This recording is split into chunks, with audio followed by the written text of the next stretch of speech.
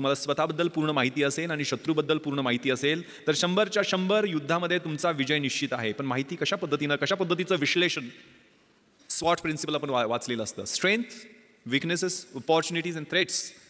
आपली बलस्थानं कोणती आहेत, आपली दुर्बल स्थानं कोणती आहेत, आपल्या समोरच्या संधी कोणत्या आहेत आणि आपल्या समोरचे धोके कोणते आहेत याचं योग्य विश्लेषण स्वतःचं आणि शत्रूचं, म्हणजे परीक्षा असेल तर परीक्षेचं.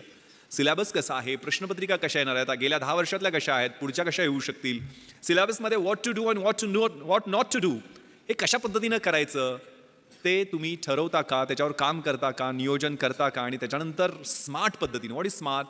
Specific, measurable, attainable, realistic and time bound.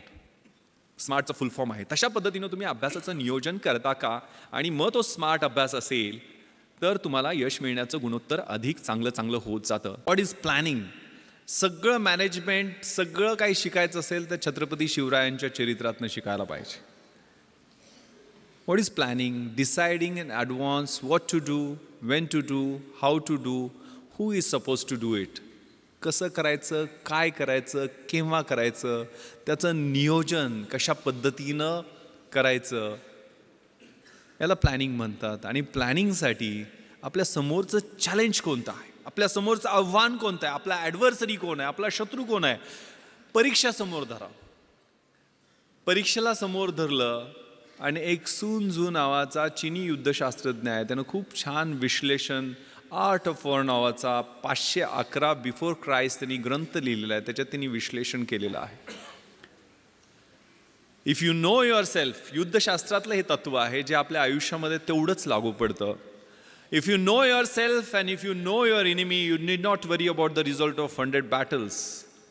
तुम्हाला स्वतःबद्दल पूर्ण माहिती असेल आणि शत्रूबद्दल पूर्ण माहिती असेल तर 100च्या 100 युद्धामध्ये तुमचा विजय निश्चित आहे. पण माहिती कशा पद्धतीचं विश्लेषण, स्वॉट प्रिन्सिपल आपण वाचलेलं असतं. Strength, weaknesses, opportunities and threats. आपली बलस्थानं कोणती आहेत, आपली दुर्बल स्थानं कोणती आहेत, आपल्या समोरच्या संधी कोणत्या आहेत आणि आपल्या समोरचे धोके कोणते आहेत याचं योग्य विश्लेषण स्वतःचं आणि शत्रूचं, म्हणजे परीक्षा असेल तर परीक्षेचं. सिलेबस कसा आहे, प्रश्नपत्रिका कशा येणार आहेत, गेल्या 10 वर्षातल्या कशा आहेत, पुढच्या कशा येऊ शकतील, सिलेबसमध्ये what to do and what not to do हे कशा पद्धतीनं करायचं ते तुम्ही ठरवता का, त्याच्यावर काम करता का, नियोजन करता का, आणि त्याच्यानंतर स्मार्ट पद्धतीने. What is smart? Specific, measurable, attainable, realistic and time bound. स्मार्टचा फुल फॉर्म आहे. तशा पद्धतीनं तुम्ही अभ्यासाचं नियोजन करता का, आणि मग तो स्मार्ट अभ्यास असेल तर तुम्हाला यश मिळण्याचं गुणोत्तर अधिक चांगलं होत जातं. If you know yourself and if you do not know about your enemy, after every victory gain you will suffer a defeat. जर तुम्हाला स्वतःबद्दल माहिती असेल पूर्णपणे, मात्र शत्रूबद्दल माहिती नसेल तर एका विजयानंतर तुम्हाला एक पराभव पचवावाच लागेल. जर तुम्हाला स्वतःबद्दलही माहिती नसेल आणि शत्रूबद्दलही माहिती नसेल तर you will suffer a defeat in every other battle. जर स्वतःबद्दल पण माहिती नसेल आणि शत्रूबद्दल माहिती नसेल तर आपल्याला मार खायला लागणार हे निश्चित आहे. त्यामुळे हे विश्लेषण आपल्यातल्या पॉझिटिव्ह, निगेटिव्ह, डिस्ट्रक्टिव्ह सगळ्या गोष्टींचं विश्लेषण व्यवस्थित करून आपल्याला मार्गक्रमण करायचं आहे. And this time is very very important. More you sweat during peace, less you bleed during war. हे युद्धशास्त्रातलं दुसरं महत्त्वाचं तत्व आहे की शांततेच्या काळात जास्त घाम गाळला तर युद्धाच्या काळामध्ये कमी रक्त सांडावं लागतं. तुमच्या हा कॉलेजचा काळ आहे, तो रचनात्मक काळ आहे. तुम्हाला कुणीही अडवलेलं नाही अभ्यास करायला, आणि अभ्यास करून कुणाच्या अंगाला भोकं पडलेत किंवा कोण मेलाय असं मी काय ऐकलेलं नाही आहे. त्यामुळे आई वडील आपले खूप खस्ता खाऊन आपल्याला इकडं अभ्यासासाठी पाठवतात. कारण माझ्या वडिलांनी अर्धा एकर शेती विकलेली होती, मला सांगितलं पण नाही. कधीही त्यांनी मला एक पोस्टकार्ड लिहायचे. पोस्टकार्डवर त्यांची सही मोडीतली सही आहे. जुने पैलवान होते ते, 4थी शिकलेले. आईचं शिक्षण तर झालेलं नाही आहे, पण लिहिता वाचता तिनं नंतर शिकली थोडंफार वाचायला. पण वडील मी दिल्लीला ज्यावेळेला UPSCची तयारी करायला इंटरव्ह्यूच्या वेळेला होतो, मुंबईमध्ये असायचो, त्यावेळेला पोस्टकार्ड लिहायचे. त्यांनी कधी टेन्शन देणाऱ्या गोष्टी लिहिल्या नाहीत, पण व्यवस्थित चाललंय आमचं, आमची काही काळजी करू नको, तुला पैसे किती पाहिजेत, कसे पाठवून देऊ, जेवायला व्यवस्थित मिळतं का वगैरे वगैरे विचारपूस करून शेवटी मात्र न चुकता एक ओळ ते लिहायचे. मला गावाकडे प्रेमानं भावड्या म्हणतात. भावड्या, माझे डोळे मिटायच्या आधी तुला लाल दिव्याच्या गाडीतनं आलेलं मला पाहायचं आहे.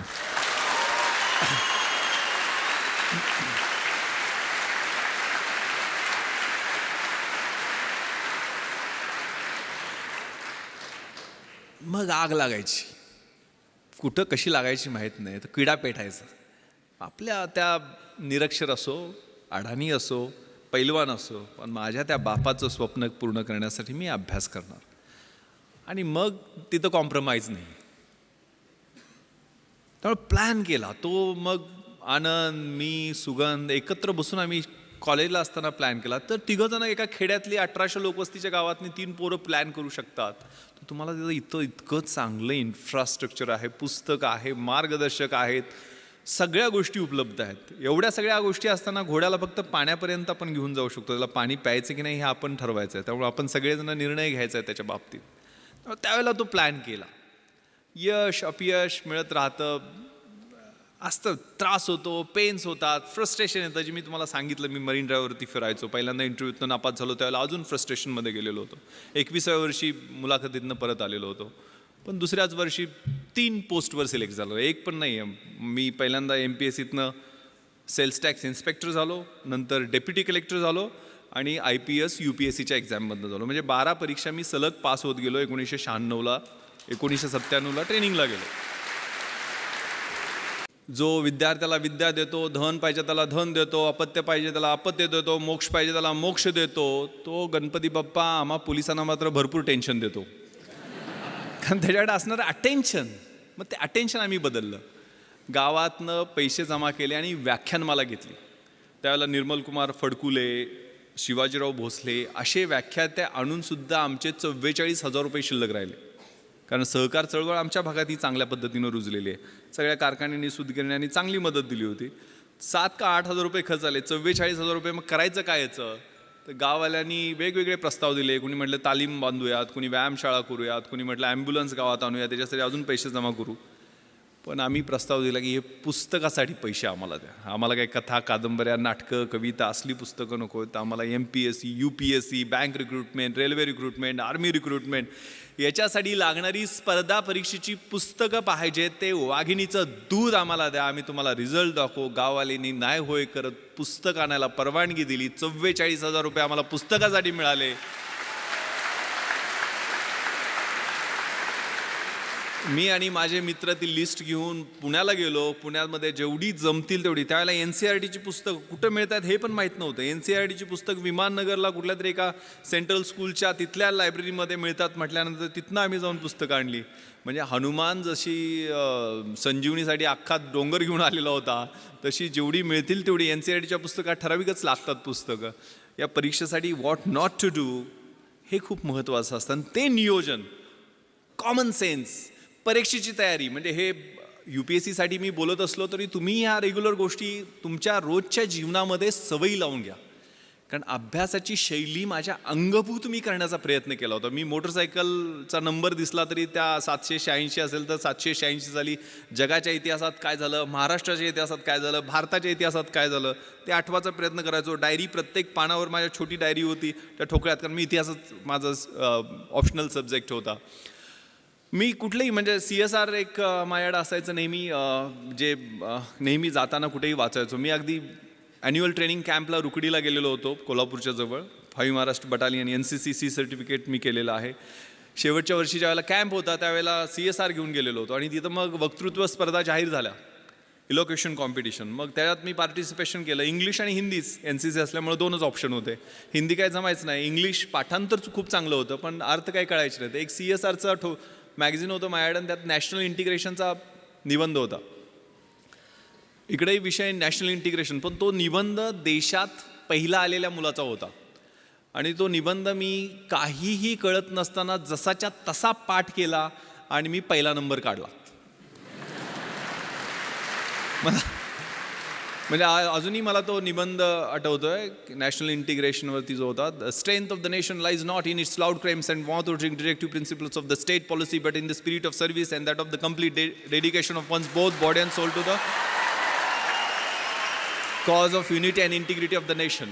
आता महत्त्वाचं सांगतो, मी डेप्युटी कलेक्टर उपजिल्हाधिकारी म्हणून जे सिलेक्शन झालं त्यावेळेला मला फक्त इंग्रजीमध्ये 100पैकी 92 मार्क मिळाले होते म्हणून झालेलं होतं.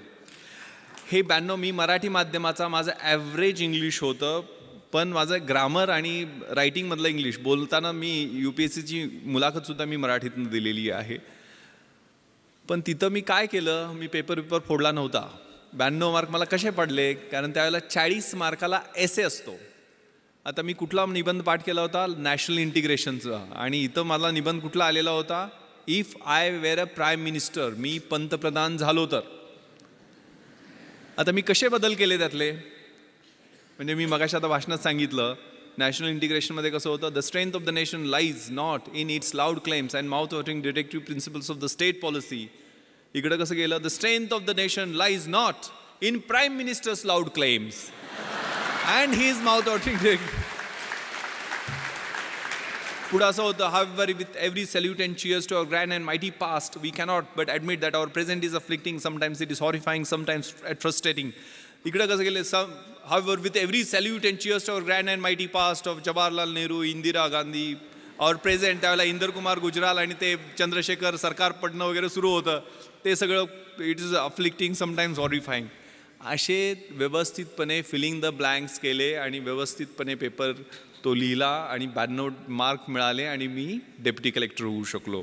हा प्रयोग माझ्या मित्रानं केला आणि त्याला 37 मार्क फक्त पडले. त्यामुळं हा प्रत्येकाचा इंडिव्हिज्युअल अप्रोच असतो, प्रत्येकाच्या अभ्यासाची शैली ही वेगळी असते. माझी दुसरं कारण, मी डेप्युटी कलेक्टर होण्याचं माझा समाजशास्त्र विषय मी घेतलेला होता.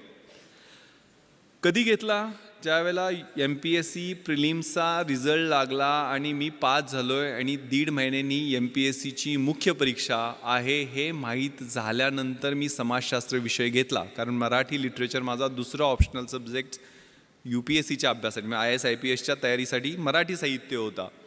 पण MPSCमध्ये मराठी साहित्याचा चांगला स्कोअर होत नाही आहे, त्यामुळे मला माझ्या मित्रांनी सांगितलं की तो विषय घेऊ नको.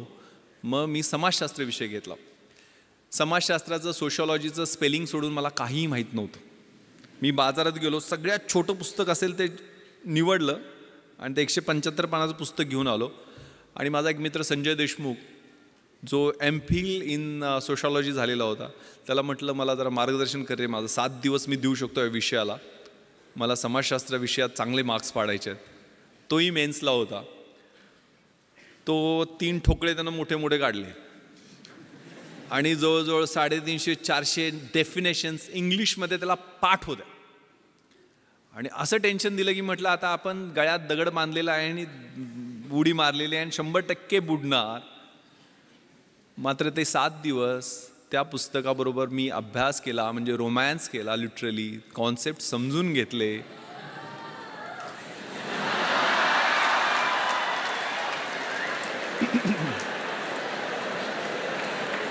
ते पुस्तक आहे 3 इडियट्समध्ये तो पाठवतो तसं नव्हतं.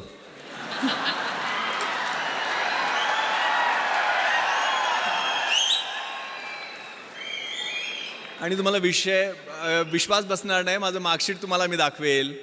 ज्यावेळेला रिझल्ट लागला, जो MPhil इन सोशॉलॉजी होता संजय देशमुख, त्या माझ्या मित्राला 200पैकी 80 मार्क पडले, म्हणजे 40% मार्क मिळाले. त्या ठिकाणी 8 दिवस रोमॅन्स करून,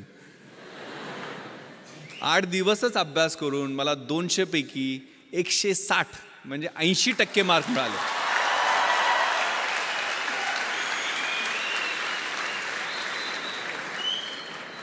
अगेन मी पेपर फोडला नव्हता, किंवा पेपर फोडून सुद्धा समाजशास्त्रात विश्लेषणा पद्धतीनं मार्क मिळत नाहीत. काय केलं मी, कॉमन सेन्स. रोजच्या जीवनशैलीमध्ये आपलं जे निरीक्षण असतं, आपलं ऑब्झर्वेशन असतं, ते खूप महत्त्वाचं आहे. प्रश्न काय होता समाजशास्त्रात, बलुतेदारी सिस्टमबद्दल प्रश्न होता. तर बलुतेदारी सिस्टम मला पुस्तकात वाचायची गरज काय आहे, माझा खेड्यात जन्म झाला आहे, ते 12 बलुतेदार 18 बलुतेदार, तो शेतकरी, त्यांच्यात असणारी बार्टर सिस्टम, रोजचं ऑब्झर्वेशन आहे. आणि माझ्या विश्लेषणात्मक पद्धतीने मी इंडिपेंडंट त्याचं ॲनालिसिस केलं, कुठलंही बॅकग्राऊंड नसताना. कारण या परीक्षा म्हणजे तुमच्यातल्या ऑफिसर लाईक क्वालिटीज या पाहत असतात, चेक करत असतात. त्यामुळं या बल्युटरी सिस्टममध्ये परफेक्ट मी विश्लेषण करून त्याचं उत्तर लिहिलं. दुसरा प्रश्न होता काय? सेक्युलरिझम, धर्मनिरपेक्षतावाद. धर्मनिरपेक्षतावाद मला सोशॉलॉजीच्या अँगलनं माहीत नव्हता, पण मला सेक्युलरिझम हे इतिहासाच्या अँगलनं खूप चांगलं माहीत होतं. कारण युरोपमध्ये 30 इयर्स वॉर झाला, त्या ट्रिटी ऑफ ट्रॉस्की झाली, त्यातनं सेक्युलर म्हणजे प्रोटेस्टंट अँड कॅथलिक्समध्ये वॉर झालं, आणि त्यातनं ह्या कॉन्सेप्टचा उदय झालेला आहे. त्यामुळे त्याचं रिलेव्हन्स आपल्या देशाच्या दृष्टीने कितपत आहे, टॉलरन्स आणि सेक्युलरिझमचं कम्पॅरिझन, हे इतकं चांगल्या पद्धतीने मी जगाच्या इतिहासाच्या अनुषंगानं लिहिलं की इतरांपेक्षा वेगळं उत्तर झालं. Winners don't do different things, they do the things differently, असं काहीतरी म्हणतात. आणि मला एवढे मार्क मिळाले. त्यामुळं आपला जो ध्यास आहे, म्हणजे ज्ञानाचा ध्यास, अभ्यासाचा ध्यास, हे खूप छान संस्कृत सुभाषित मला माझ्या शिक्षकांनी, 7वीला माझं संस्कृत होतं, मी शाळेला गेलो त्यावेळेला, विद्वत्वांच नृपत्वांच नैवम तुल्य कदाचन स्वदेशे पूज्यते राजा विद्वान सर्वत्र पूज्यते. विद्वत्तेची आणि राजसत्तेची ही तुलना कधीही होऊ शकत नाही आहे, कारण राजाची त्याच्या स्वतःच्या राज्यामध्ये पूजा होत असते, परंतु विद्वानाची पूजा ही पूर्ण जगामध्ये होत असते. त्यामुळे अभ्यासाचा ध्यास ठेवायचा आहे. मी IPSमध्ये सिलेक्शन झालं त्यावेळेला माझं क्वालिफिकेशन होतं BA इतिहास, शिवाजी विद्यापीठ कोल्हापूर, मराठी माध्यम. पण मी त्यानंतर IPS झाल्यानंतर तिथं ट्रेनिंगला असताना हैदराबादला masters in police management Osmania युनिव्हर्सिटीमधनं ही मास्टर्स डिग्री घेतली. परत आल्यानंतर मी MA एक्सटर्नल मुंबई विद्यापीठातनं माझं हिस्ट्रीमध्ये कंप्लीट केलं. त्यानंतर मी लातूरला आणि नांदेडला SP असताना तिथनं मी LLB माझं कंप्लीट केलं. आणि गेल्या वर्षी मी मराठवाडा विद्यापीठातनं बाबासाहेब आंबेडकर मराठवाडा विद्यापीठामधून LLMचं फर्स्ट इयर तिथं फर्स्ट येऊन कंप्लीट केलं. आता सेकंड इयरला मला ॲडमिशन घेता आली नाही आहे, कारण 1 वर्षात माझी ट्रान्सफर झाली. शिकत राहायचं, गोल सेट करायचे, स्वतःतली जी काही फिजिकल, मेंटल आणि आतली इंटलेक्च्युअल कपॅसिटी आहे ते वाढवत राहणं. माझ्या आयुष्यात मी 150 गोल सेट केलेले आहेत. मी आज म्हणजे माननीय थोरात साहेबांनी एवढा आग्रह केला, मी अँटीबायोटिक्सवर आहे, कारण मी माझ्या मुलीनं मला सांगितलं की तुम्ही सगळं, तिला पाहण्याची हौस आहे, म्हणजे ती म्हटली की मला ते जगातल्या गोष्टी दाखवणं, मला पार्लमेंट दाखवा, मला प्रेसिडेंट हाऊस जिथं doctor APJ Abdul Kalam sir बसायचे त्या हाऊसमध्ये घेऊन चला. म्हणून मी दिल्लीला तिला सगळ्या गोष्टी, सगळे फोर्ट तिला दाखवले, जोधपूरला घेऊन गेलो, जैसलमेरला घेऊन गेलो, बॉर्डर दाखवली, माझं बॅचमेट तिथं BSFमध्ये IG असल्यामुळं. आणि म्हणजे तिला मी सर APJ अब्दुल कलाम सरांना भेटायला गेलो त्यावेळेला तिला ऑटोग्राफ देताना तिने विचारलं, येस व्हॉट्स युअर नेम बेटा? ती म्हटली Janhavi. Okay Janhavi, do you want to become IPS officer like your father? तर ती म्हणाली, no no sir, I want to become doctor APJ Abdul Kalam.